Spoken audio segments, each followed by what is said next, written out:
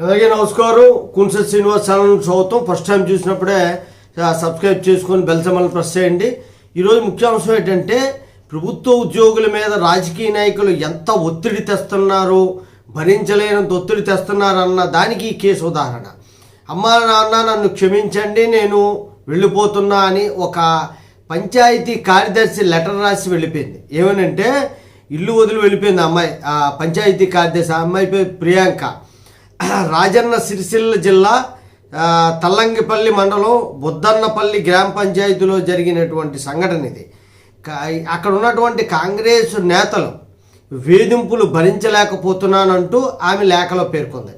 డిపిఓకి ఆమె తాలూకా resignation letter WhatsApp ద్వారా పంపించి నేను ఇల్లు వదిలి వెళ్ళిపోతున్నాను, వాళ్ళు పెట్టే బాధల్ని నేను భరించలేకపోతున్నానని చెప్పి ఆరోపిస్తూ ఆమె లెటర్ పెట్టింది.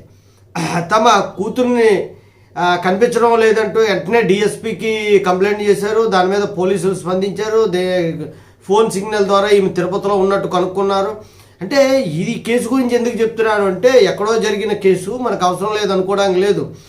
రాజకీయ నాయకులు చిన్న స్థాయిలో వార్డు మెంబర్ దగ్గర నుండి ఎమ్మెల్యే వరకు ప్రభుత్వ ఉద్యోగుల మీద ఎలాంటి ఒత్తిడి తెస్తున్నారండి. పోలీసులు తప్పుడు కేసులు పెడుతున్నారు, ఎంఆర్ఓలు రికార్డులు మార్చేస్తున్నారు. అంటే నిజమే, లంచాలు తీసుకోవట్లేదని నేను అన్నగాని రాజకీయ నాయకుల ఒత్తిడి కూడా విపరీతంగా ఉంది. రాజకీయ నాయకుల ఒత్తిడి వల్ల ఎక్కువగా తప్పులు జరుగుతున్నాయి.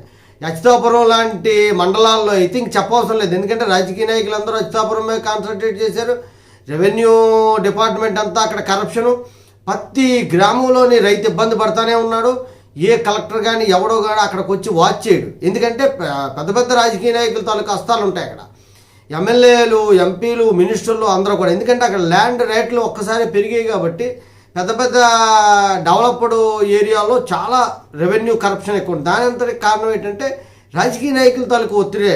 ఈ అమ్మాయి రిజిగ్నేషన్ చేసి రాజకీయ నాయకుల తాలూకా ఒత్తిడి భరించలేకపోతున్నానని చెప్పడం వల్ల ఈ విషయం అనేది బయటకు వచ్చింది. కానీ మిగతా వాళ్ళు అయితే లంచం తీసుకోవచ్చు, రాజకీయ నాయకులు అన్నదండలు ఉంటాయి, మనకెందుకులే ఎలా పోతారో అనేసి వదిలేస్తారు. కానీ ఆ అమ్మాయి రిజైన్ చేయడం వల్ల అన్ని విషయాలు ఒకటే బయటపడ్డాయి. జై హింద్, భారత మాతా కీ జై.